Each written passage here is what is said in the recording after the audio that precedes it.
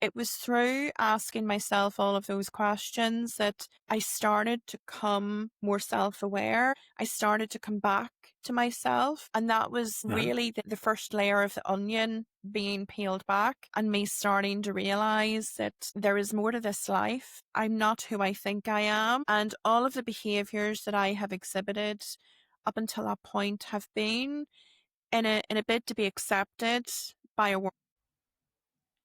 Welcome to another episode of Threads of Enlightenment. As usual, guys, I'd like to welcome our guests because I know they're coming with a couple of things I personally deem very expensive. Time, 24 hours, has been offered to all of us. What we do with time and how we respect time will say volumes about you. And I invite everyone to learn to become familiar with the preciousness of time, and it will change your life. The other is the journey.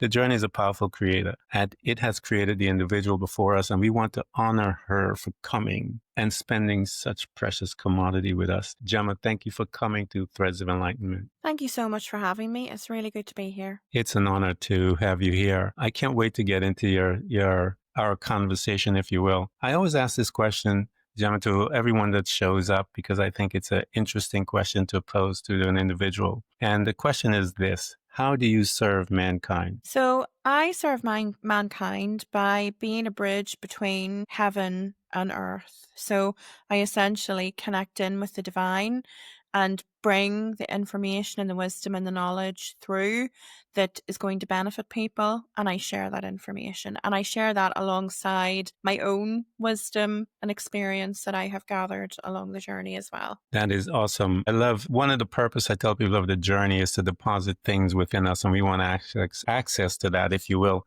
And we will definitely have a window to go in and extract some of those things that you've learned. As our custom here in Threads of Enlightenment, one of it is to go back to our beginnings, Gemma, the beginnings of where we start in life, and that is the home. And in this place, we are going to learn a couple of things. We're going to learn some principles there, communication skills. We're going to learn how to our modus operandus, if you will, how we see the world through whatever trauma we suffer. But we will start forming perspective and also from these traumas and behaviors within that space that is called the home. What was your family unit like? It was a very interesting question. I had a mum, dad, and a brother. So there was the four of us within our family unit. I definitely had quite a nice life compared to a lot of people in terms of we lived in a nice area. We had a nice home. We had, a little bit of money, but yet through all of that, I still experienced trauma in my childhood years. And a lot of that was connected into the relationship that I had with my mother. But the challenge, I guess, is that she was also a product of her own environment and was a little ball of all of the trauma that she had also experienced as a child and that her mum had also experienced whenever she was a child and whenever she grew up. It was me and my mum and dad and my brother and I. Let me ask how that trauma, because all of us, as I said, all of us have trauma. I know my parents did. Yeah. Not until after I went through my journey, if you will, did I begin to look back and, as they say, hindsight. And I recognized that some of the behaviors of my parents were based on their trauma because I saw my behavior based on mine. And so I began to put two and two together, as they say, when I look back at my mom and dad. With your mom and dad, as you said, all the things that are provided for you, and yet you suffer the trauma. How did that trauma begin to form you? How did it create your perception as you deal with others outside of the family? So with my perception, how it really had shaped me was that my voice wasn't important and that I was very subservient as a child and very much the peacekeeper and trying to appease my mum, if she was in a bad mood or angry about something. So the behaviors that I had actually picked up within the home and around someone with a volatile emotional state, I then began replicating in other areas of my life. So I was shrinking myself in order to fit the environments and thinking that people would like me and I would be accepted if I was nicer and if I was just there to appease them. And it also really impacted on my relationships with not just with friends, but with work colleagues and also romantically as well. Because I had grown to be subservient, it was almost like I had to work for their attention and their affection. So a Yeah. lot of my behaviors I've had to really strip back and completely change them and get back to the root of who I actually am rather than who I was told to be and who I had sort of adopted from a very young age. You know, I had to reverse all of that and pick it all Yeah. apart in order to find my way back to me, which is still an ongoing journey, really. I think that journey is going to happen until we pass from this realm into the other. I don't Yeah. think it's once we are awakened to it. I think that awakening is all the way through because I believe that there's such a thing as generational trauma. I believe that there is such a thing as even past life trauma. I believe that because Jesus had asked, his disciples had asked Jesus this question about a crippled man who sinned when this man was crippled from his birth. And Jesus said, did he or his mother, or his parents sin? And that has to do back there, back in the past, if you will. But I believe there's such a thing as all of these traumas that we suffer even in the womb because we are observing, we are regaining, or we are just taking in all the energetic behavior of mom and dad outside. And so this being of ours is being traumatized for a long time. And so I believe that it takes that long to we will always begin to uncover as we go through our journey. So, that one of the Yeah. reasons why I call this Threads of Enlightenment, Gem, is we pick up that thread and you see it as a young woman in your life, and that thread will go with us all the way through. It is a fun part to begin to recognize that thread and then to begin to deal with the issues that comes from that. As you are going into college, Gemma, I want to ask you this question as far as that. Here's this young girl. She is trying her best to maintain the first aspect of survival, as they say. And as you are maintaining and you're going to college, what college did you pick and what field of study did you pick it? Why did you pick it? So I picked computers and internet technology. And the reason that I picked that was because um, I was probably, I would say that I was coerced maybe towards it. I had wanted to do something that was a little bit more practical. I had actually always wanted to work with beauty and hair. And it was my mum that actually had influenced my decision. Hmm. And she was thinking logically and practically that I needed to Hmm. go down a certain path in order to secure a good job and, have good money coming in. And that was the direction that things took. And as you because again, that thread is coming with you as you're trying to please mom and stuff like that. Because I'm listening to you, Jim, and I recognize my life as you're speaking and saying things. And I did not become Ken Primus, singular Ken Primus, detached from my parents' expectation and trying to please my parents. I was 35 years old when I gave birth to Ken Primus, and I began to live as an individual, always trying to please my mom and dad and so forth. And I remember that day vividly, and it's imprinted in my being. But we all have to walk through that. When you were there in school, pleasing mom, if you will, what was happening to you? What was happening to your core, your inner being? How did she manage her day? That's a very interesting question because trying to think back to that time, I can remember I became a little rebellious. I definitely had that rebellious streak. I wanted to stand out a little bit. I was probably Hmm. engaging in behaviors that weren't beneficial for me, but they also weren't always behaviors that were beneficial to winning my mum over either. So it was quite counterintuitive because you mentioned there about your being was really born whenever you were 35. And Yeah. actually, I can remember even at the age of 34, there was a lot of behavior that I was doing in my life that was making me basically the main driver behind it was that, well, if I do this or if I achieve this thing or if I have this thing in my life, if I acquire this whatever car, house, job, then I'll be worth something. And it was all driven back to my mum. I really, whenever I have unpicked it all, and my mum is Yeah. an amazing person. She's not some sort of an ogre. But she obviously has lived with her own trauma that has impacted on me. Whenever I go back to my college years, behaviors that I would have been drinking. I would have been engaging in, Hmm.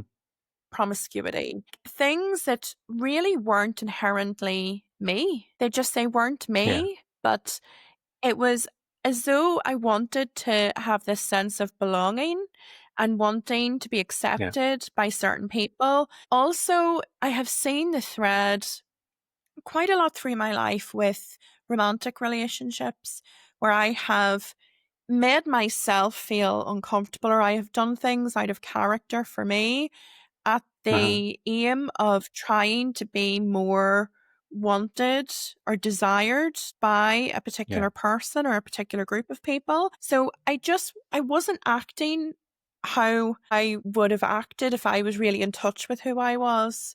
I was trying Yeah. to be the person that I thought everybody else wanted me to be at that stage. Yeah, it takes us a while because we are not living in that authenticness of who we truly are. And not until we begin the journey. Yeah.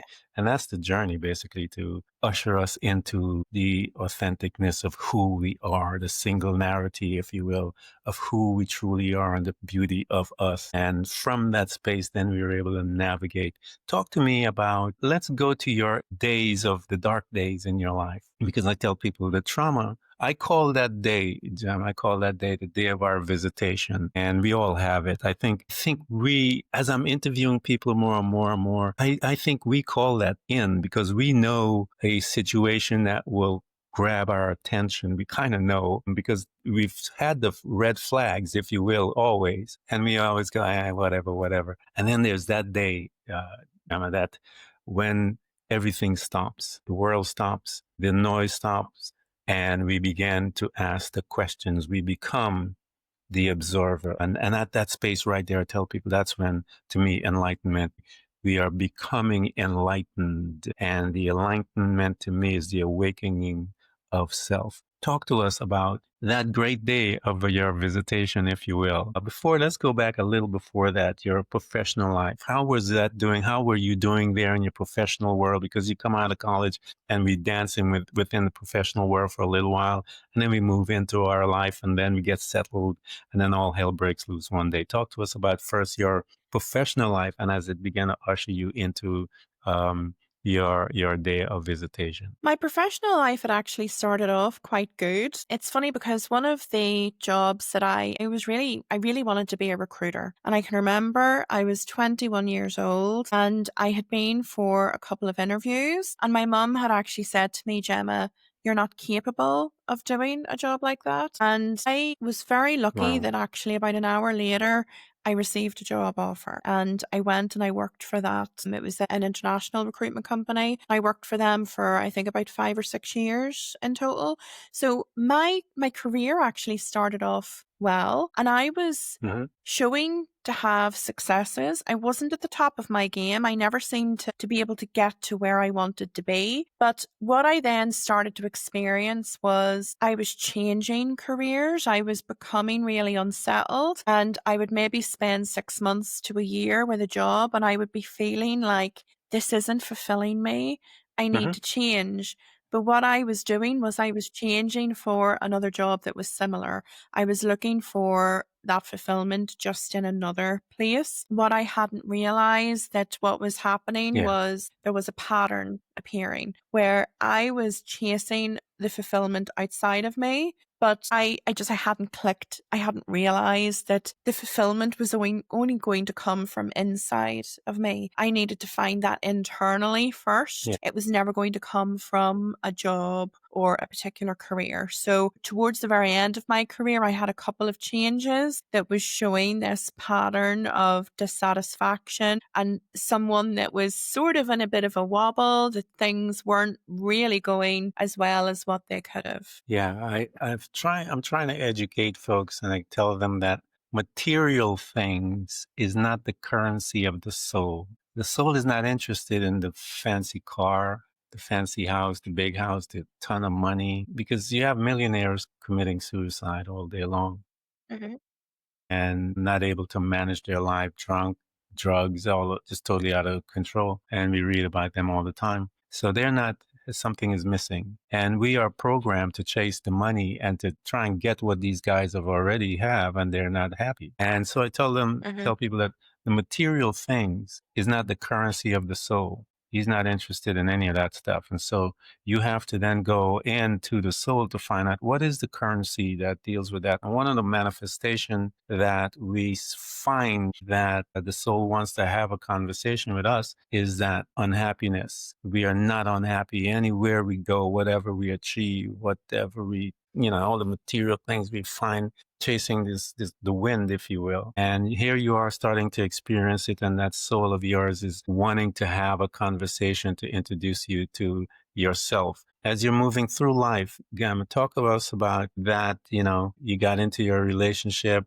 I'm sure all relationships, you have your up and down and you have your highs and lows and so forth. Talk to us about you managing that. How was it going and stuff like that? Well, there's two aspects of that that I think are probably really important to talk about. The first is that within my relationships, my significant romantic relationships in my life, I was exhibiting the same pattern as what I had started to exhibit in my career, where I become Hmm. unsatisfied and I was thinking, this relationship isn't for me, this person isn't for me, and I moved on to the next person. So I had three significant relationships where I had spent about 4 or 5 years with them, and I had, for whatever reason, wanted to move on from that. It was always me leaving the relationships. The second thing that I noticed within my marriage to my daughter's dad, my ex-husband, I became aware that the dynamic that was within my parents' relationship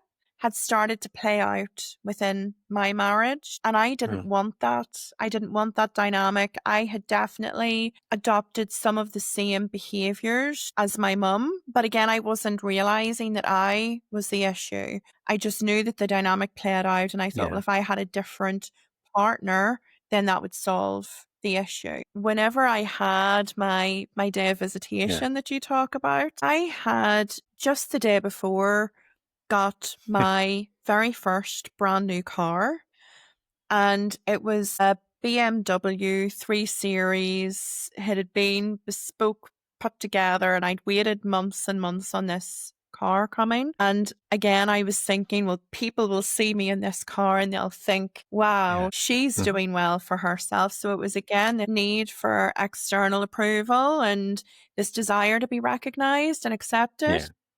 And I had just separated from my husband in the same week. I got this car, but I had also felt a lump in my breast. And I didn't think it was going to be anything. I was 34 and I think it's 80 something percent of lumps turn out to be nothing. So I wasn't worried. And I went Hmm. along to have it checked out just in case. And before I left that day, they were telling me it's definitely cancer, but we just don't know what type of cancer. So that was a big shock. And I sat in my brand new car that I'd only had for less than 24 hours. And I didn't even know if I was going to be alive the day that it would go back when Wow. the lease ended in 4 years' time. So it just started. I can just remember thinking, gosh, this is so pointless. Why did I want this car? Because I might not even be here to enjoy it. Yeah. And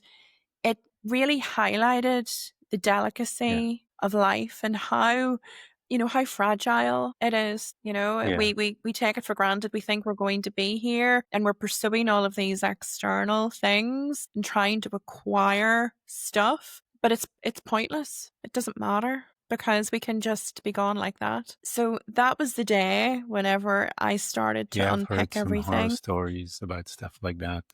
Yeah. People retiring and buying the home of their dream. And after they said they work hard and they would, you know, I remember talking with one of the wives, and his husband worked so hard and retired, bought the house, closed the house the next day or so, he's dead. So we chase things, and that put her on her journey. And she had talked about how something similar to like what you're saying, how what we put and place the importance on has no value in anything when it comes down to the reality of it. What a day of visitation you had. You got slammed all over the place. I mean, that wasn't just a day, girl. You were tossed all over the place, back and forth, with such trauma coming from everywhere. So here's this girl. She's in a car looking at the futileness of this car that she worked so hard to get and waiting for. And her world is upside down. What was your conversation with yourself? I felt really foolish. I felt incredibly foolish. It just seemed like, what was the point in aiming for to get all of this stuff? Because at that moment, none of it was important. We can't take it with us, can we? And I had based my whole life on that, trying to acquire things that would probably make me appear like I was a valuable person. And I felt so incredibly foolish. And that was really the first day. It was almost like the thread had been pulled. And once it had been pulled, it was just going to constantly unravel. It led me into an incredibly profound spiritual awakening. I had a dark night of the soul that seemed to go on for months, where I just was asking all of those questions that I should have asked myself years earlier about why were my relationships failing? Why was there that pattern? Why, whenever I had everything monetary wise that I could have really wanted, why was I still not satisfied? Why had I started off in my career and been satisfied in the beginning and then become so unsatisfied and unfulfilled? And it was through asking myself all of those questions that I started to come more self-aware. I started to come back to myself. And that was really the first layer of the onion being peeled back, and me starting to realize that there is more to this life. I'm not who I think I am. And all of the behaviors that I have exhibited up until that point have been in a bid to be accepted by a world rather than to be true to myself. And that I was not the person that I thought I knew. You know, we think we know ourselves and we don't. And I'm still getting to know myself now. You know, that was back in 2018, but I'm still getting to know myself Me too. today, and we're in 2025. What a lot of information. I mean, this is heavy stuff that you were and those questions, when we ask, I said, when you become that observer and you started looking into yourself and began to ask those questions and stuff like that, what were some of those answers, Gemma, that you began to notice? Because those questions that you were asking were really, really deep stuff, looking at the coreness of your behavior, if you will. What did you begin to discover as to the root cause of why you did what you did and why you behave how you did? And I know that that route will take you to mom, as they say, mom, Yeah. as the British would say. What did you discover as you were excavating and asking those questions about your relationship to your mother? And then how did you begin to move from that revelation to begin to stand up on your own? One of the big revelations with the relationship that I had with my mum was that I had never felt enough. And I always felt that if I had something better, a better job title, a better car, then she would soon see that I was amazing and that then I would be satisfied. So I realized again that I was depending on everything that I did was in this bid to get validation from my mum and to feel that I was enough for her, even though I wasn't consciously aware of that. So for whatever reason in the dynamic that me and her had, I just never had felt worthy on the inside. And what I then noticed within the relationships, the romantic relationships that I'd had, so I mentioned the 3 significant romantic relationships I'd had in my adult life, and it was always me leaving them. And I started off happy. Things were going well. We're building this life, building this dream. And then something always happened to make me realize that, oh, this maybe isn't what I want. I had felt that I was outgrowing the connection and wanting to move away. But I had always thought there was Hmm. something wrong with them or the dynamic. What I hadn't realized was that actually the problem was with me. It was always with me. And Yeah. I was picking the wrong people, but I was picking the wrong people for me because I thought maybe that was the best that I could get. Yeah. I'm not saying that that's the case for all of them, but I didn't have enough self-worth, or I settled for somebody that was giving me Hmm. validation at a time that I needed it. And I just wasn't in touch with myself enough Yeah. to know what I needed at that time. So I was getting into a relationship because I maybe thought that I should do, or, it was, one of them even was based on practical reasons. Like it would make sense if we got a place together and shared the bills. It wasn't based on a future vision of what we had together. So I was making the wrong choices. And in a lot of cases, ultimately, I was getting with people that weren't the right fit for me on a soul level. But it was almost like I was evolving out of the connection. As I was growing gradually as a person, I was growing out of that relationship. And it wasn't because they were terrible people. Like in most cases, they were lovely people. Like my daughter's dad is a wonderful man, but I should have known myself better in order to realize that me and him weren't the right fit. And it wasn't fair for me to do that to him, but I didn't know any better Yeah. at the time. It has taken me the journey in order to realize that actually it was me that was at fault. And what I needed to do was actually step back from relationships and get to Yeah. know myself. I have spent 7 years now single. I've spent 7 years, nearly 7 years by myself. And in that period, I have uncovered things that I had no idea about myself. And the universe almost was very against me partnering with someone, which I wasn't very happy about because I wanted to be in a relationship.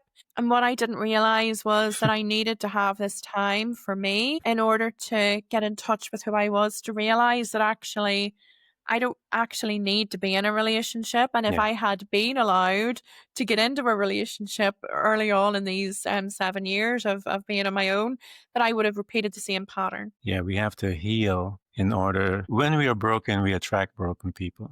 When we're healed, we attract healed people.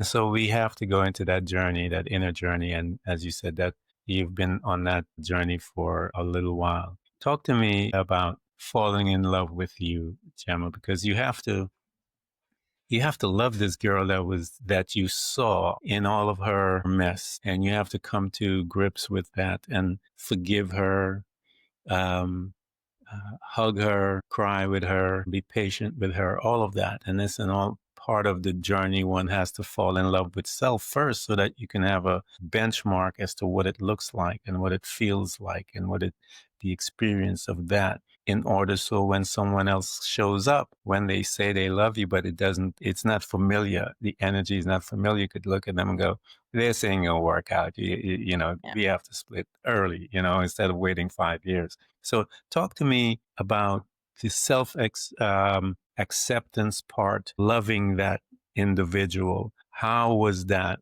Gemma, when you began unearthing all of that hurt, pain, all of it, all the darkness? How did you begin to love her? Well, that has probably been the hardest journey for me, actually, learning how to love myself. First of all, I don't think that I thought I loved myself, but I didn't. And it's one of the common themes that I find with my clients as well, where they think they love themselves, but Hmm. until you start loving yourself that little bit more, you don't know what it is that you're missing. It's again part of the journey. So it has taken me a long time to really learn how to love myself. Something that I'm still learning how to do today. It's not a completed project. I had to get in touch with myself on a much more deeper level emotionally and Yeah. accept the darker parts of me and the wrong choices and the times that I have hurt someone, the times that I have maybe been in a situation where I've been promiscuous and it's not been me and I feel ashamed about it.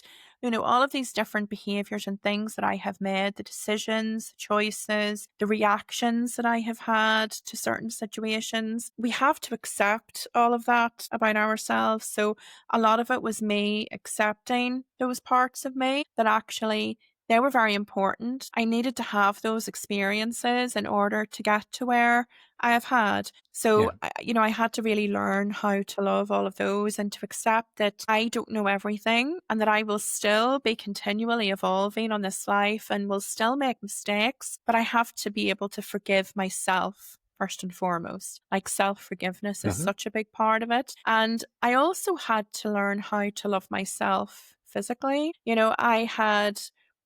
I'd had a child and I've always and my weight has always fluctuated anyway. So there's Yeah. been a lot of my life where I haven't had the bikini body that, a lot of women would be striving for. I'd had my child, so I then had stretch marks on my stomach and then I had my breast cancer and I had surgery, and through the treatment that I had differences there, and then my cancer returned and I ended up losing my breast. So I've had surgeries and scars, and I've really had to learn how to love myself physically all over again. And that doesn't mean that I needed to be perfect. A lot of women specifically have the mentality of, Yeah. I don't really like that about myself at the minute. I'll tolerate it, but I don't like it. I'll hide it up. I'll not look at myself in the mirror. I'll not look at the photographs. I'll edit them, or I'll only post the photographs that are of my face because that's okay, but I don't want to get my other body parts in. All of these different things. But what happens Yeah. is we can't say that we're going to love ourselves when we get slimmer, or I'll be okay whenever I lose some weight. We have to be able to learn to love ourselves as we are and accept ourselves, not just tolerate ourselves. Huh? So I used to do, like, I would have sat in front of the mirror and, touched my stomach. I actually have a friend of mine who uses these word prescriptions, and she gets you to recite things, about how much you love your different body parts. And I can remember a day that I was getting out of I was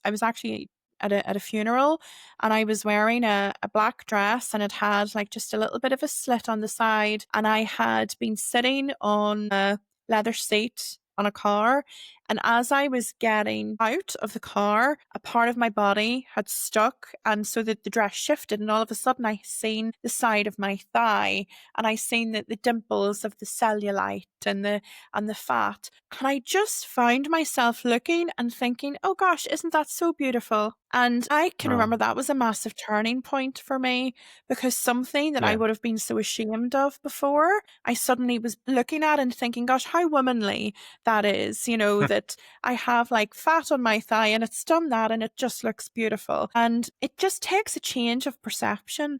We avoid Yeah. ourselves looking, it's not just the physical parts, we avoid looking at ourselves, we avoid paying ourselves attention, but we also don't get in touch with the emotional part and nourish Yeah. ourselves emotionally and spiritually enough either. Whenever we start to realize that we are worth that time, and we start to realize that actually I should be spending time on myself, my morning routine shouldn't be super rushed. I should be, you know, energetically spending time, beautifying myself and moisturizing my skin, and I should be putting the fake tan on if that's what I want to do. But then we also need to make time for the let's read a book of poetry, let's watch an inspirational talk on Yeah. YouTube, let's read a self-help book, let's journal. We need to create space for ourselves, and if we don't do that, how can we ever really say that we love ourselves? Whenever we love things, we spend time with them, we admire them, we might have it on a shelf, or if Uh-huh. it's a car, we might be polishing the car. Whenever we are on our journey of self love, one of the big telltale signs for me that somebody isn't as fully in love with themselves as they should be is that all they want is a partnership. It's always about the relationships that they can acquire outside of themselves. Yeah. Whenever we fully love ourselves, or we're getting to that stage where we have restored some of the imbalance, we become the central part of our lives, and we decenter the need or the desire to have that romantic partner, because that romantic partner is going to feed the love into us. Whenever we are front and center, we realize that actually we can pour enough Mhm. love and everything into ourselves that a romantic partner can come and be the cherry on top, but they're going to have to be pretty fantastic. So the self-love journey is one that I would encourage everyone to go on. Yeah. You have to. Yeah, I agree. It is possibly the most painful journey you will ever have. Because when you begin to look into the self, I remember when I went on mind journey and seeking validation all over the place, and have to learn that validation comes from you. You're enough. You don't need validations from anyone. You are enough. Go in and learn, seek validation from yourself. I knew this individual that, on their tagline on her thing is, I love myself. And then she would go out and get drunk and all this kind of stuff. And I looked at her and I said, you have no idea what that means. Yeah. Because when you do that, when you have that thing, I love myself, it requires certain type of behavior. And when your behavior is different than what you're saying up there and under your picture, you're lying, and you don't know anything about what it takes to love the self. It is a dark place to go, and you have to learn to surrender, forgive. You have to learn some wonderful stuff there. And when you come out from there, Gemma, that's when you're able to begin to understand. So talk to us as you're out of that space now and you are led to be where you are today. How did that process begin, um, Gamma, and how did you begin to express yourself as one that is expressing themselves in today, 2025, where you are currently? How did you get there? Well, through doing a lot of work, I had to really learn how to build up my confidence. Like I didn't have I would say that I had false confidence. I probably appeared to a lot of people on the outside that I appeared confident, but internally I was riddled with self-doubt, because I was constantly thinking, well, am I worthy? Do they like me? Was that good enough? There was all this Yeah. self-worth issues that were coming up to the surface. There was a particular man actually on my path very, very early on that I had thought was a really significant connection for me. And he rejected me Hmm. essentially. And that cracked something open in me, where I initially was on this journey of trying to prove myself to him and trying to improve myself. I can remember whenever I first met him, I was thinking to myself, gosh, who do I have to be in order to get someone like this? Who do I have to be in order to get a man like Yeah. this in my life? And so I spent all of this time investing in trying to get myself to the stage where I thought that I would be enough for him. What I didn't realize was that I was the prize. Like, my healing was the prize. It wasn't that he was going to be the reward for that. I had to realize that I was enough. So although I was being distracted by this carrot, and I thought, well, I have to be a certain person in order to Hmm. get with this man, or a man of this caliber, all I was doing was doing the inner work through the pain and the hurt of it all. And that was the catalyst that first got me on to this sort of journey of self-love as well. It was really one of the big things that helped push me forward. So I've had to face all of these demons, and it was essentially, the pain was just so great through everything that I had experienced, that I wanted to get away from the pain. So I had to do the work. I had no other option, but I had to do the work and move through it. And every Yeah. time a trauma or a wound came up, it gave me an opportunity to redress it and to deal with it and soothe it. So it has been learning how to even soothe myself. How do I soothe my emotions? But also Hmm. learning what self-love looks like, and what things and behaviors I need to exhibit in order to get there. And it's not happened overnight. People will look on, TikTok, or they'll see me speaking at an event and they think, wow, she's amazing. But what they aren't seeing is the journey that it has taken me to get there, and the tears and the nerves and the gradual steps that I have Yeah. taken over these last 7 years. It didn't happen overnight. I still had to battle demons, and I still do. I still get things like that coming up. Yeah. But I had a lot of struggles that I had to work through in order to get to where I'm at. It's like a block of ice that you're making the ice sculpture. You can't Hmm. just do it in one hit. You have to gradually, you chip and you chip and you chip and you chip, and eventually it starts to turn into this beautiful swan. That is what growth and healing looks like. It is gradual. It is slow. It may feel like you're not making any Yeah. progress. And then all of a sudden you look back over a 7-year period and you think, wow, look at the difference that is made. Yeah. So talk to me about after all of that, and you're now going to serve. And this is the tricky part because we always look at ourselves and we see where we came from, Yeah. and we always judge ourselves, if you will, and I'm not good. We still judge. How was your transition from one that has gone through all of that, a tremendous amount of pain and glory, if you will, that you now got your client, and how did that transition take place? And talk to me about that, because I know it could be a scary thing to do. And talk to me as to when you did that. And then I want you to go into one thing, because once you've got past that and you are now fully secure in yourself and you get a chance to really serve without the judgment, and you have an opportunity to watch the birth of an individual, the spiritual birth or the soul birth, if you will.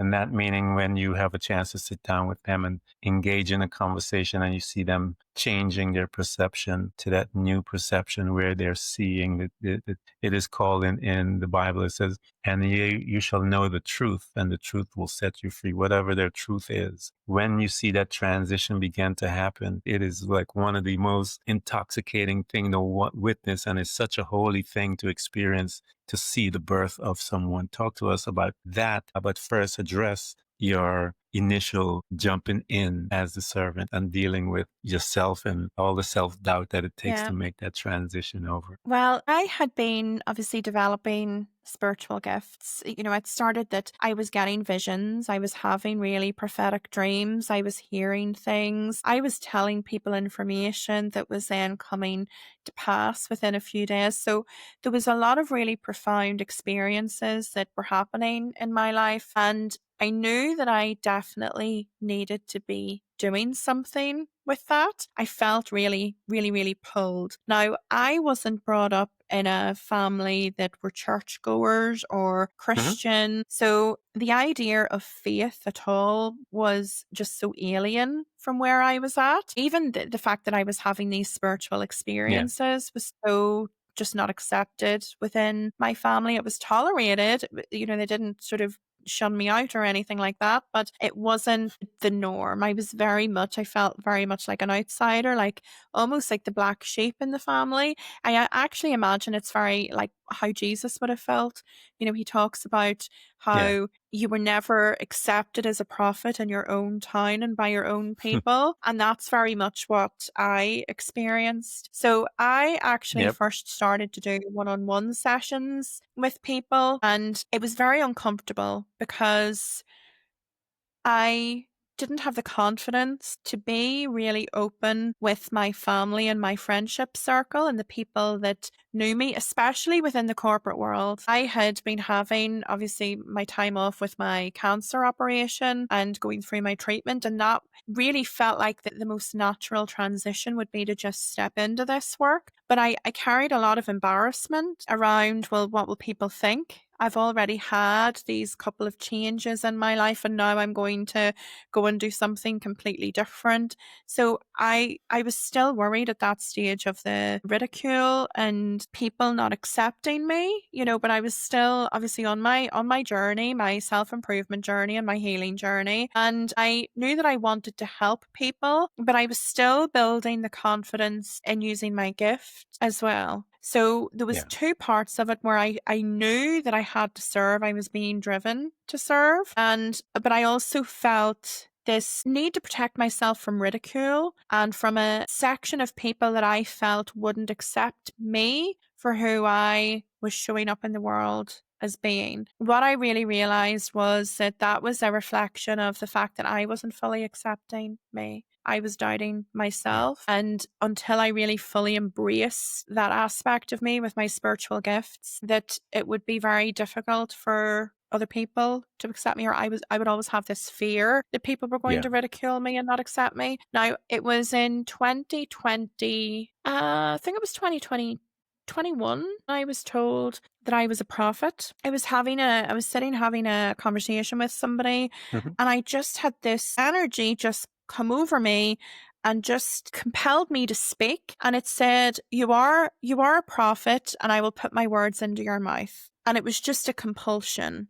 And I experienced that and just sort of went on Yeah. about my day. I didn't start telling people. I think I told Yeah. maybe two or three people that. And I didn't start using that as a term. I didn't start talking about that really openly. And then at the end of last year, I had another dark night of the soul, which took me really another depth into my faith. And I was given the same information again. And it had taken me a while to really accept those parts of myself. So the journey itself, it has been still taking baby steps. We Yeah. don't just jump in feet first and all of a sudden everything is brilliant and I'm fully accepting of myself. There's been a staggering out of the closet, so to speak, with a disguise on. And then gradually, bit by bit, as I've moved Hmm. along my path, I've removed bits of that disguise. So I feel really whole and accepted now, but I don't know what I don't know. So it could be that a year from now or 6 years from now, I could be looking back and reflecting on this conversation and thinking, well, yeah, I thought I was accepting myself and that I thought I was at my peak. But actually, I've uncovered all of these other things about myself on the journey as well. So, yeah, it has been very scary. The worry of self acceptance, the worry of not being accepted externally, the worry of being ridiculed, not being liked. And really, they were all the things that I needed to experience in order to help me with my Yeah. growth. God is always going to put those situations or the people that act as mirrors in front of Hmm. us in order to help reflect back on us those things that we need to see. So it hasn't been an easy journey, but it's definitely been one where I have felt completely supported by a higher power, even when I have doubted in myself. But it has taught me the resilience that I have needed in order to eradicate the self doubt that has been coming up within me. It's been a journey that I wouldn't change for the world, but it has not been an easy one. Let me end with this. You have a mic. I mean, your story is such a powerful story, and for all of you guys, all of you folks that are listening to us, there's such a wide range of wisdom that she has, and you guys need to get into her space, get her books, get into her space. We're going to provide all the links for you guys to have access to her because you would want to drink from a well that has deep waters, if you will, and she has deep waters. You have a mic, and that mic is connected to every one of us on this planet. What would you say? Spend the time to get to know yourself. Don't be investing so much time in the external fancies of the world, whether it's the job title, the new house, the fancy partner. Put yourself first and foremost and get to know who you are, because whenever you do that, it will completely transform your world and bring you a level of fulfillment that you could never experience any other way. That is the best advice that anyone can offer to you guys. And the journey is not a short journey. It is not one that is linear. It is up and down. And I've explained that many times to the plane taking a flight from New York to any country or any location. It has the compass, and the compass is the peace. And you and I have to find our compass, that peace that holds us together when the dark times comes, because that plane will encounter what is called turbulence. And the turbulence will move it off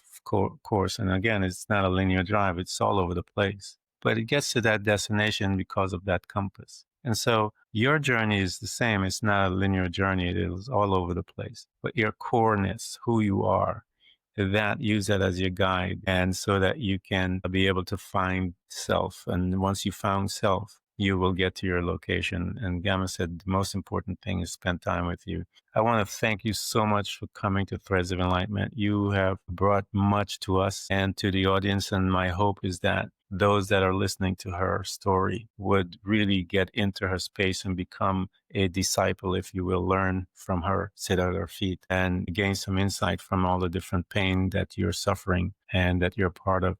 The ladies there that are suffering from cancer and breast cancer. Here's a woman that has been through many surgeries, and the breast is that thing that society and man and everybody looks at in a woman, and to have that go through all kinds of changes must do a tremendous amount of work to that individual's mind, and she overcame that. So you guys need to, all you women that are going through difficult time, drink from this well. Gemma, thank you so much for coming to Threads of Enlightenment. Thank you. It is so good to be here. Thank you very much for having invited me. It's an honor. I'm so honored to have you here. Thank you.